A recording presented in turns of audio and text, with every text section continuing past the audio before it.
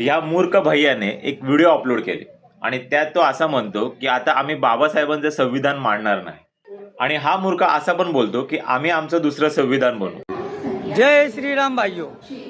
मैं महाराष्ट्र भैया होने के कारण, मुझे मराठी नहीं आने के कारण, मैं महाराष्ट्र सरकार के आदेश का पालन करते हुए मैं महाराष्ट्र राज्य छोड़ के जा रहा हूँ और सभी भैयों से, हिंदुस्तान के सभी भैयों तक ये मैसेज पहुँचाना कि हम मराठी नहीं आ रही इसलिए मैं महाराष्ट्र छोड़ के जा रहा हूँ इनका प्रदेश। तो मराठी आदमी बाबा साहेब अम्बेडकर जी ने संविधान बनाया, हाँ, तो उनके ही महाराष्ट्र में ये हो रहा, तो हम मराठी आदमी का संविधान भैया लोग क्यों मानेंगे? राजस्थानी राजस्थानी में संविधान बनाएगा, गुजराती गुजराती में, मारवाड़ी मारवाड़ी में, केरला वाले केरले में बनाएंगे, वो मराठी का संविधान क्यों मानेंगे भाई? ये हमको नहीं, हम मुझको मत बोलना, ये महाराष्ट्र के सभी मराठियों को इस चीज़ का जवाब देना पड़ेगा।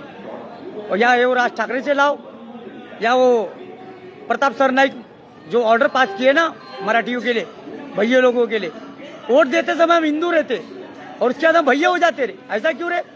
आरएसएस शांत, सारे हिंदू संगठन शांत, ये है नेतागिरी रे। जा रहा रे महाराष्ट्र छोड़ के, मगर इसका जवाब देना पड़ेगा लोगों को और जनता को जवाब देना पड़ेगा महाराष्ट्र के लोगों को। धन्यवाद भाइयों। हा ज्या राज्यातून आला आहे त्या राज्यातील नेत्यांना साधं लिहिता वाचता येत नाही आणि हे कुठून संविधान बनवणार? तर अशा मूर्खांना मी इतकंच सांगेन की बाबासाहेबांच्या संविधानातील आर्टिकल 275 मध्ये असं पण लिहिलं आहे की प्रत्येक राज्यातून केंद्राकडे जो टॅक्स कलेक्ट होतो त्या टॅक्स मधून काही फंडिंग आर्थिकदृष्ट्या मागास असलेल्या राज्यांना पण दिले जातात। अशा भैयांनी त्यांच्या राज्यातील नेत्यांना विचारावं की आम्हाला महाराष्ट्र सारख्या राज्यांमध्ये जाऊन कामं का करावी लागतात? आमच्या राज्यांमध्ये रोजगार का निर्माण होऊ शकत नाही? आर्टिकल 275चा पूर्णपणे वापर का केला जात नाही?